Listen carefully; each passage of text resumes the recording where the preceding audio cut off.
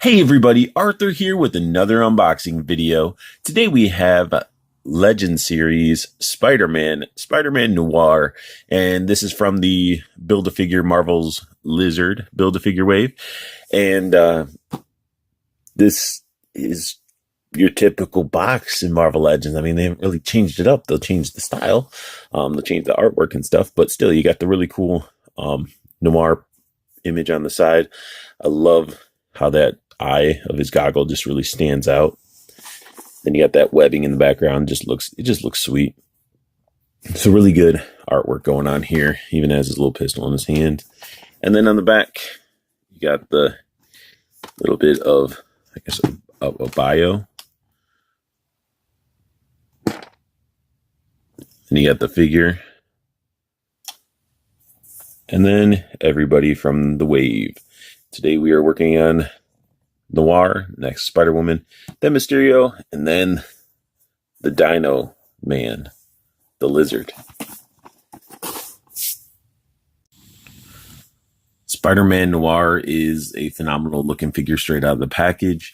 He does come with the left arm of the Lizard, and he comes with two, not just one, but dos pistols. Now, this bugs me a little bit. I mean, these are futuristic, sculpted quite well. A lot of details, no paint, just molded in this plastic here. And I mean, it's not bad. You know, if I can get it to, they're so tiny.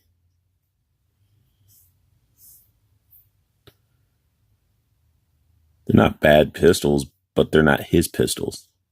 If you guys are familiar with the comic, I mean, these pistols, when they existed back then, 1933, during the Great Depression, Spider-Man Noir actually had some revolvers, and I wish they would have gave him revolvers. It's sort of they're still cool little future pistols, but not what the actual character comes with. And I understand that they're trying to probably be more kid-friendly, but come on, you gotta bite the bullet sometimes and just make you can't have like Wolverine with rainbows and clouds coming out of his hands. He has claws. I mean, why gum down these guns and give him futuristic alien weapons? Figure itself is phenomenal looking. And this was like, this whole wave I didn't even think I was going to invest into, and with those sales going on, I did, and I'm glad I did, because this figure is phenomenal. Look at that head sculpt. The silver goggles, you know, they're so silver. They almost, if they could have chromed it, it would have been even crazier, but that silver pops so well. His little mask at the bottom, like looks like an old school biker, you know, going through the sand dunes. So I find that it's sweet. The little sculpt lines and everything. You see where his nose is at. Then you also get all that stitching on top of his head as well.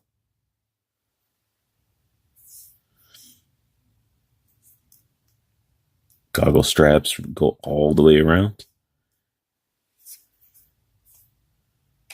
Nice and clean. Stitching all the way through the back of the head and everything. Still looking clean and amazing. Now, head articulation. He can look down this far.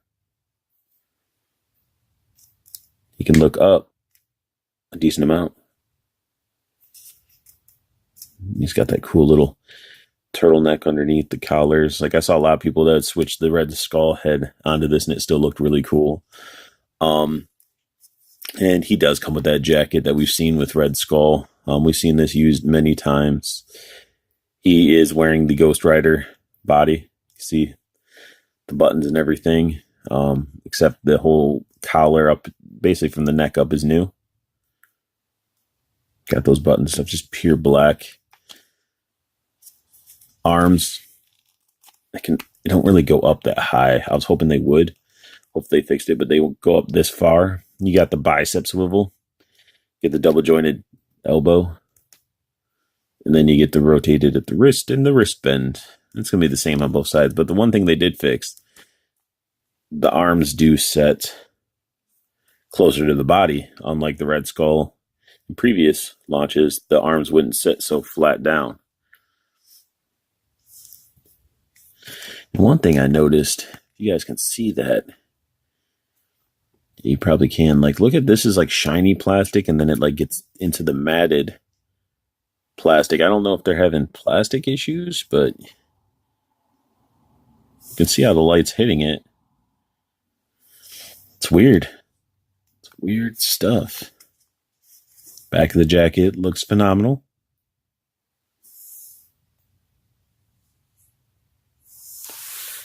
This is a very interesting figure to capture on camera, because I'm trying to make sure it stays focused. Look at the texture into that. It looks like it would be a leather. Look at the little cracks and stuff that it's all.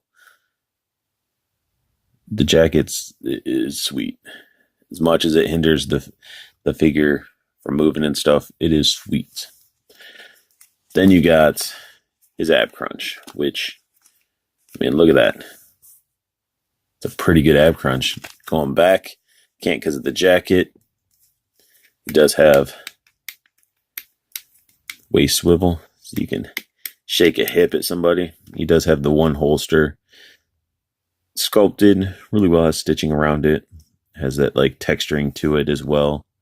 It makes it look like it's like a leather, which is cool. Glad they painted the belt buckle.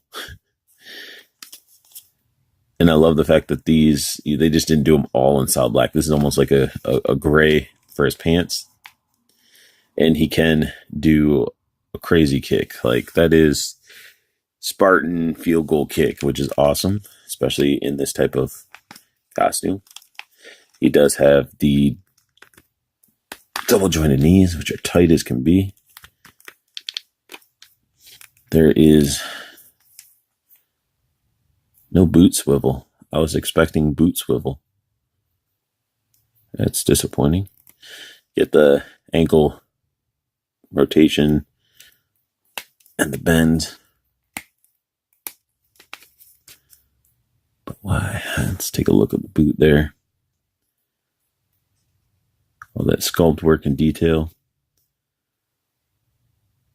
Looks pretty awesome. You got the thigh cut right up there, so that doesn't really take away from the sculpt too bad, even though it's wrinkly pants. But they could have, they would have added a boot cut right there. That would have been pretty awesome. This figure's pretty sweet. And as you see, there's no holster on this side. Why? You give two pistols in one holster. It makes no sense whatsoever. Does not make sense. But just tip his hip out. And the pistol slides right in. I need to find get a hold of like two revolvers, because I need to have him have his revolvers. Wonder if I can, how easy this jacket is to take off. I'm not messing with it. I know you probably can. This is like a harder, it's not as pliable as this down here, so it's a little bit stiffer and stuff up here. So I'm not really going to try to take his jacket off. I've seen people do it. I mean, it doesn't look bad. I mean, he looks like Ghost Rider's body. But one thing I do like about this figure too, he just reminds me, I don't know if you guys have ever seen the movie The Rocketeer. Like, I just feel like this would be a character from that movie. You know, just like, I don't know. It's just really cool because, I mean, with Noir being from 1933, you know, how he became, you know, he is Peter Parker. So this is Peter Parker. And I like how, you know, he found the statue, it broke, there were spiders, and they bit him. He hallucinated, and he wakes up in like a black spider web. And I think it's pretty cool that they put a lot of, like, that story is just good. Like, if you haven't read that story, you got to check it out. I mean, the artwork's really good, and the story is a great spinoff. I dig it. So definitely check it out. But, you know, so I'm figuring that pistol's there. His hand will reach over to grab it, maybe. So then we'll put the pistol in this hand. Nah. We'll put it in this one. And then, I mean, it works.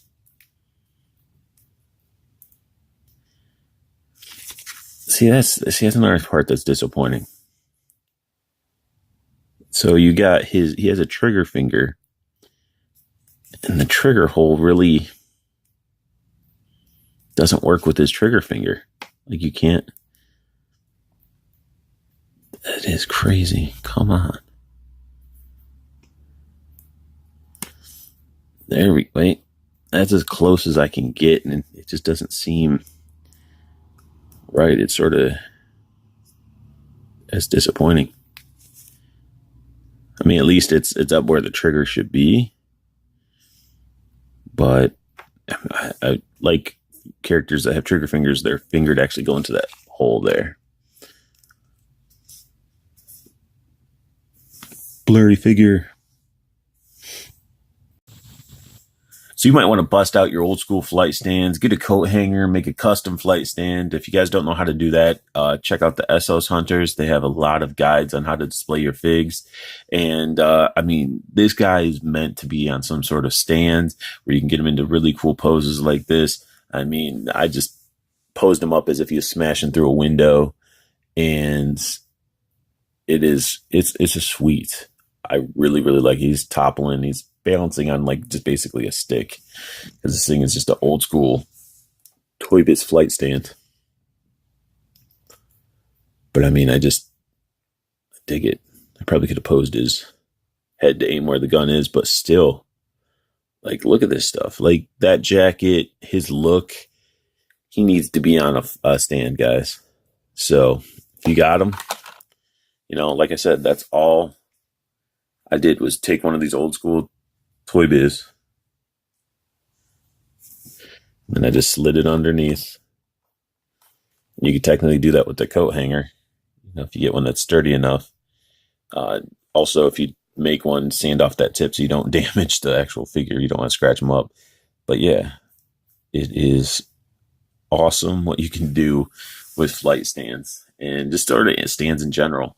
And when I sort of talk about like the Esos, you can look at them and like they basically take like a metal hanger and they cut it up with wire cutters, and then they coil it up in a sense to give it the base. I'm using this little wire here to give an example. And then boom, you got yourself a homemade flight stand, but you want to sand down the tip and all the edges because you don't want to have the scratching or chunking out the plastic on the figure. So definitely, I'll put the link to their channel down below. If you're a toy watcher, like you watch hunts and reviews and stuff, I'm sure you know who the Esos Hunters are, but I'll link down below so you can definitely take a look at them and check out their displaying techniques. But that is basically it. So that sums up my review for the Spider-Man Noir figure from the Lizard Build-A-Figure. If you guys like what you saw, hit that thumbs up. And if you're new to my channel, subscribe. I'm going to keep pumping out content. And I want all of you to know, I want you to have the best luck hunting. Keep on collecting and have a beautiful day.